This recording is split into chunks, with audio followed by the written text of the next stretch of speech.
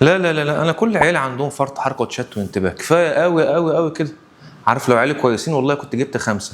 طيب دي عينيك اللي مشخصه فرط حركه وتشتت وانتباه، نقلع النضاره دي ونلبس النضاره دي.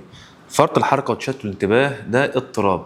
مين اللي بيشخصه؟ مش حضرتك ولا حضرتك، اللي بيشخصه او اللي بيشك فيه دكتور الاطفال. ومين بقى اللي عنده مواصفاته وعنده علاجاته وعنده الدنيا اللي هنمشي فيها؟ الطب التطوري السلوكي مع دكتور احمد رمزي، هيكلمنا اكتر عن الموضوع ده.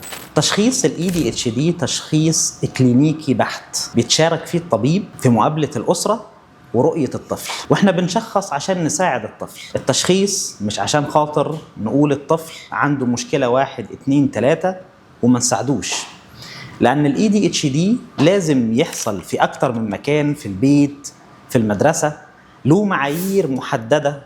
في معايير مرتبطة بالاندفاعية، في معايير مرتبطة بالانتباه، في معايير مرتبطة في فرط الحركة. المعايير دهيت لازم تكون كلها موجودة عشان نقول ان الطفل عنده ADHD. طب من عمر قد ايه ممكن نشخص ال ADHD؟ ممكن من عمر 3 سنين. قبل 3 سنين بتظهر بعض العلامات الأولانية.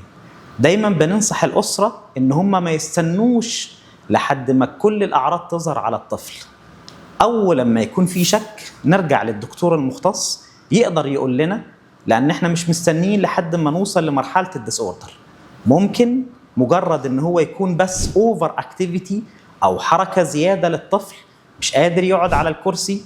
لو قعد على الكرسي عمال يفرك كتير جدا، بيتكلم كتير، بيقاطع أسرته، ما بيعرفش يلعب وهو هادي، بيتسلى على الحيطان. ده ممكن يبان من عمر 2 سنين. ساعتها يلا بينا نتدخل، احتياجات الطفل قليلة ونقدر نساعده.